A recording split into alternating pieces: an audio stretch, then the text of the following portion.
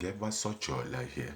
Now, in this video, we'll be looking at the impacts of the Ukraine war, right, on particularly the energy exports and the energy industry. Now, we'll first start with coal, right? Russia and Ukraine are a very prominent supplier of coal. For instance, if we take Ukraine, Ukraine is the number seventh. It's got the seventh biggest coal reserves in the world. And before the war started, it was about the third largest supplier of coal to Europe.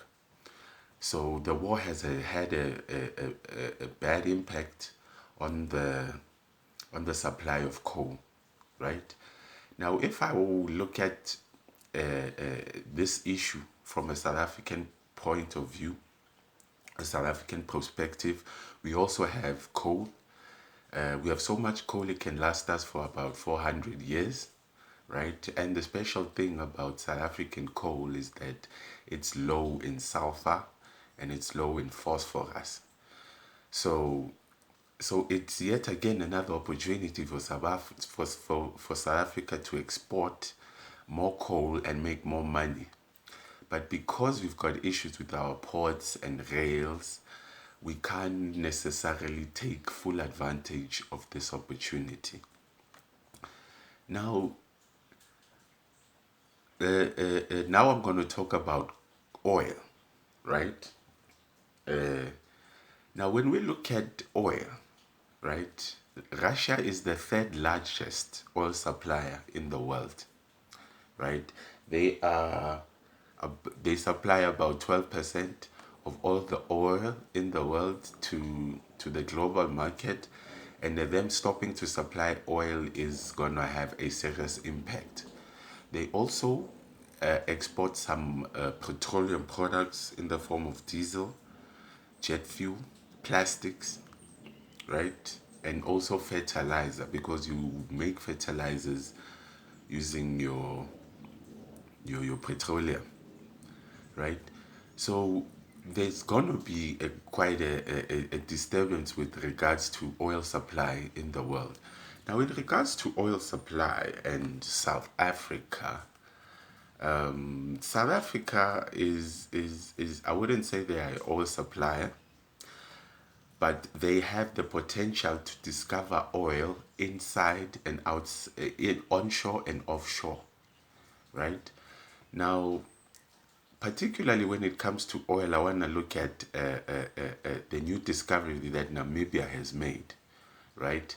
Which turns them basically into an energy exporter and gives them sufficient energy to run their country. So when it comes to oil, basically it's also going to have a bad impact. But when it comes to petroleum products, right? If we come to diesel, diesel was an issue when in the start of the war, right? So basically, South Africa receives about 57% of its diesel from Russia. So that's why we felt it a lot on the pump when this war started. Now, the last thing that I want to look at is basically gas, right? Gas.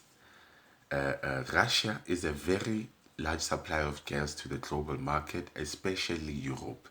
Russia supplies about 40% of Europe's gas needs, right?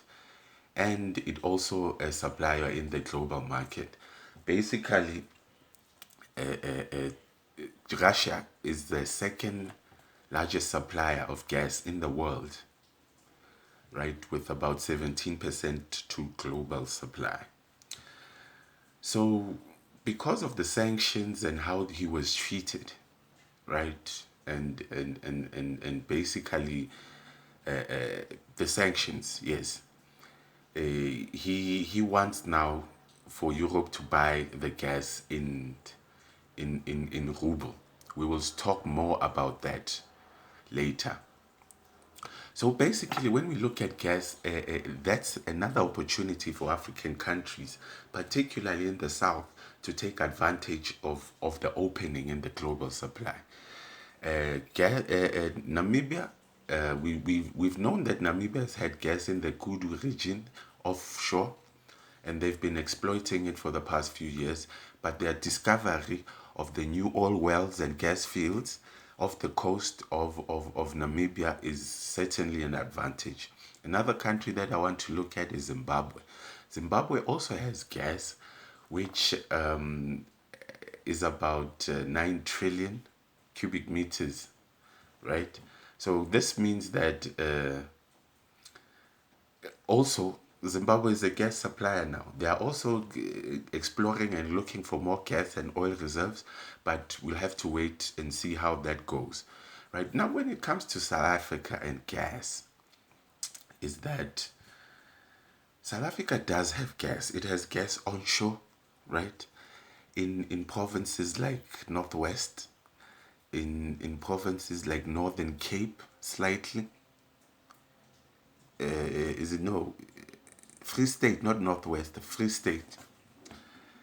Free State, yeah, we can access this gas in the form of fracking, quite a controversial way of accessing gas, right? And there are opportunities that we can explore off the coast of specifically Eastern Cape, right? There might be a huge gas reserve there, but this has been stopped by greenies.